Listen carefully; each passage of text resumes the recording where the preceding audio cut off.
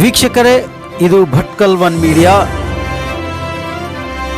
ಭಟ್ಕಳದ ಐತಿಹಾಸಿಕ ಚನ್ನಪಟ್ಟಣ ಹನುಮಂತ ದೇವರ ರಥೋತ್ಸವ ಹಾಗೂ ಅಲ್ಲಿನ ಅದ್ಭುತ ಸೌಹಾರ್ದತೆಯ ಕುರಿತಾದ ತ್ವರಿತ ನೋಟವಿದು.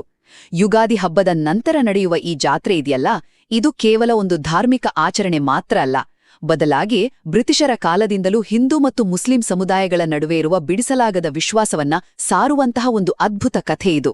ಬನ್ನಿ, ಮೊದಲನೇದಾಗಿ ಈ ಬ್ರಹ್ಮರಥೋತ್ಸವದ ಭವ್ಯತೆಯ ಬಗ್ಗೆ ನೋಡೋಣ.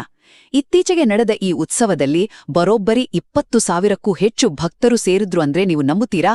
ಹೌದು, ಡೊಳ್ಳು ಕುಣಿತ, ಹುಲಿವೇಷ ಜೊತೆಗೆ ಸ್ಥಳೀಯ ಭಜನಾ ತಂಡಗಳ ನಾದದೊಂದಿಗೆ ಇದೊಂದು ಬೃಹತ್ ಸಾಂಸ್ಕೃತಿಕ ಮಹಾಪೂರವಾಗಿ ಬದಲಾಗಿತ್ತು. ಇನ್ನು ಎರಡನೆಯದಾಗಿ, ಇಷ್ಟೊಂದು ದೊಡ್ಡ ಜನಸ್ತೋಮ ಸೇರುವ ಈ ಆಚರಣೆಯ ಹಿಂದಿರುವ ಐತಿಹಾಸಿಕ ಬೇರು ನಿಜಕ್ಕೂ ಅಚ್ಚರಿ ಮೂಡಿಸುತ್ತೆ. ನೋಡಿ, ಬ್ರಿಟಿಷರ ಕಾಲದಲ್ಲಿ ಒಮ್ಮೆ ರಥ ಕೆಟ್ಟುಹೋಗಿ ಜಾತ್ರೆಯೇ ನಿಂತೋಗೋ ಪರಿಸ್ಥಿತಿ ಬಂದಿತ್ತಂತೆ. ಆ ಒಡೆದು ಆಳುವ ಕಾಲಘಟ್ಟದಲ್ಲಿ ಚರ್ಕಿನ್ ಅನ್ನೋ ಸ್ಥಳೀಯ ಮುಸ್ಲಿಂ ಕುಟುಂಬವೊಂದು ಮುಂದೆ ಬಂದು ರಥದ ದುರಸ್ತಿಗೆ ಆರ್ಥಿಕ ನೆರವು ನೀಡಿ ಈ ಉತ್ಸವಕ್ಕೆ ಮರುಜೀವ ಕೊಡ್ತು. ಎಂಥ ಅದ್ಭುತ ಅಲ್ವಾ? ಕೊನೆಯದಾಗಿ, ಶತಮಾನಗಳ ಹಿಂದಿನ ಆ ಸೌಹಾರ್ದತೆ ಇಂದಿಗೂ ಮರೆಯಾಗಿಲ್ಲ. ಇವತ್ತಿಗೂ ಕೂಡ ದೇವಸ್ಥಾನದ ಆಡಳಿತ ಮಂಡಳಿಯರು ಮುಸ್ಲಿಂ ಮತ್ತು ಜೈನ ಮುಖಂಡರ ಮನೆಗಳಿಗೆ ವಾದ್ಯಗಳೊಂದಿಗೆ ಹೋಗಿ ಅಧಿಕೃತ ಆಹ್ವಾನ ಕೊಡುವ ಸಂಪ್ರದಾಯ ಉಳಿಸಿಕೊಂಡಿದ್ದಾರೆ.